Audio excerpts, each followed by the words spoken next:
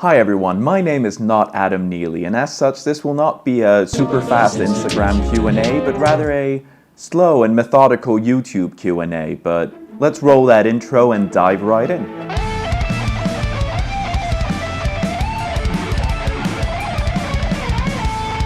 The first question I want to dive into today came as a comment on the last Q&A video from one Keith Carlson, and before I dive into his question, I just want to give a quick shout out to Keith because he might not actually realize what a big role he indirectly played in the existence and sound of Kilpréz. So there may be some viewers here today that are too young to remember participating in forums, and now I'm talking about internet forums, not the ancient Greek form of forums, although they're probably too young to have experienced that as well. But back then, my favorite online forum was a little place called The Apparatus, which Keith was the owner and proprietor of, as far as I know. And through The Apparatus, I got to know not only a bunch of people who I'm still in touch with, but I discovered bands that would massively impact me as a musician, including Lie by Mistake, The Kryn, and more, and actually got to know Lou Kelly's music through that forum back in the day as well. So shout out to Keith, and let's get to his question. So Keith's question was whether I would ever consider writing lyrics for Kilpréz in Swedish, and the short answer is no.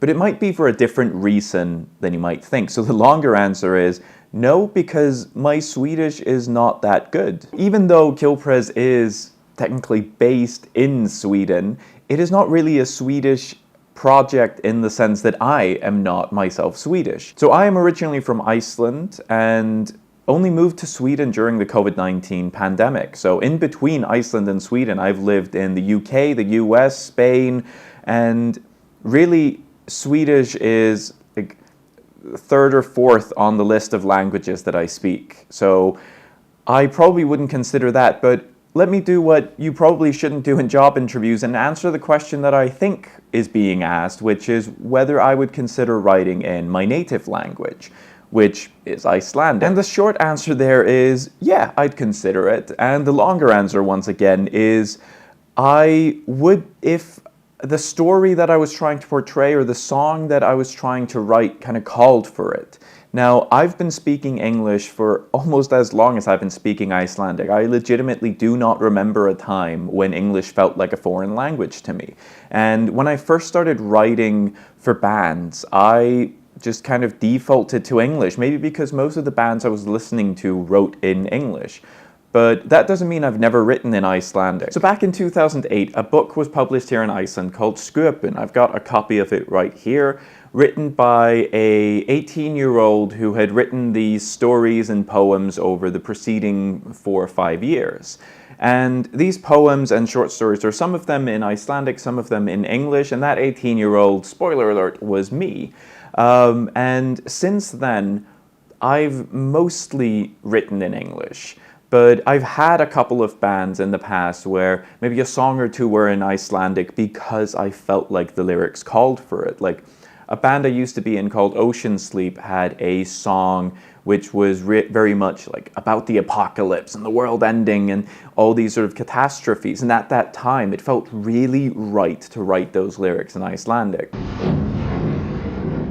But for whatever reason, it hasn't really called to me since then. Maybe because on a day-to-day basis, I mostly deal with things in English. That being said, I do think that it would be really fun to make music that calls to me in that way, that kind of makes me want to write in Icelandic again. So if the opportunity arises, I will definitely jump at that opportunity. So for the second question of this Q&A, I want to kind of stay on the same wavelength as the first question, because Avrian from the Noise blog asked me recently whether I looked at Kilpréz as more of a Swedish or Icelandic project. And while it might seem that I've kind of answered that already in the first question, I do think there's a little bit of a caveat here, because yes, I don't consider myself Swedish, I am Icelandic, but do I consider Kilpréz an Icelandic project? Not really. Like, I definitely grew up and spent my formative years in the Icelandic music scene, and I'm really grateful to the people that I have within that scene and the experiences I got. But even then, I always was a bit of an outlier in the scene in terms of my musical interests, I guess. Whereas a lot of people around me were really excited about making death metal, black metal, some of them doom, and a lot of people were super into like Lamb of God. I was always drawn to the weirder stuff, you know, proggy stuff, mathcore, experimental shit, and at times it could be difficult because finding people who wanted to do that sort of stuff could be hard. But it also meant that we were the odd ones out on every bill. And when I say we, I really mean every band I was ever in to a serious degree. I kind of grew to love that. I ended up really liking being that odd one out. You know, playing a gig where we were the only one with clean vocals, or we were the weird band with piano and violin amongst all the death metal bands or something. I genuinely really enjoyed that. But having said that, I do find it hard to call Kilpréz an Icelandic project because, well, it really isn't. It isn't part of the scene here. I'm not based here typically, and it's not really connected to the Icelandic scene in any meaningful way. So what scene do I feel connected to? Well, the online one, which is a weird thing to say, but when I really rack my brain about this, I really feel like Kilpréz is very much an online project in terms of like the apparatus that I mentioned earlier. I got to know so many cool people and so many cool bands through that, and those bands, to me, when I was based here in Iceland, very much existed on the internet. They were bands I found on MySpace and on forums and on YouTube later on.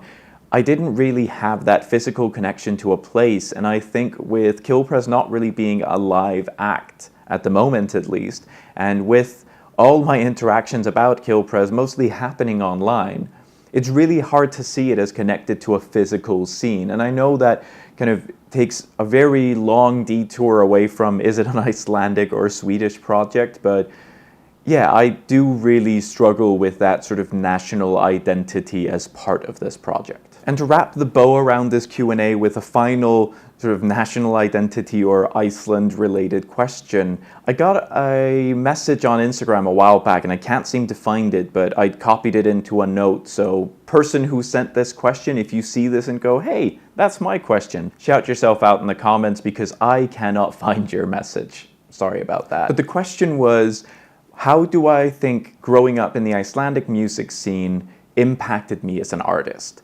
And I really wanted to think long and hard about this question because it isn't really something that I've considered a lot in the past. But when I started diving into it, I realized that one of the aspects that I mentioned in the last question, that being feeling a little bit like an outlier in the scene, I think actually brought out a lot of strengths in me as an artist. And one of them was that I was always collaborating with people who, in one way or another, might be at odds with me creatively.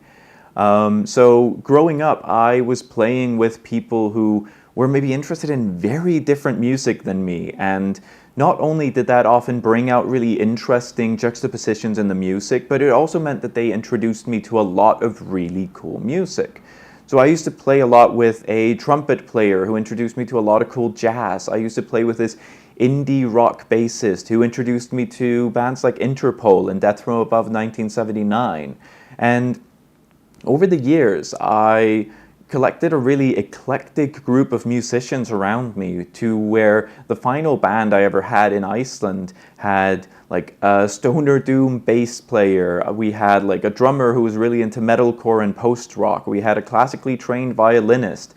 We had a classically trained pianist. We had a vocalist who had mostly been in church choirs. And then me.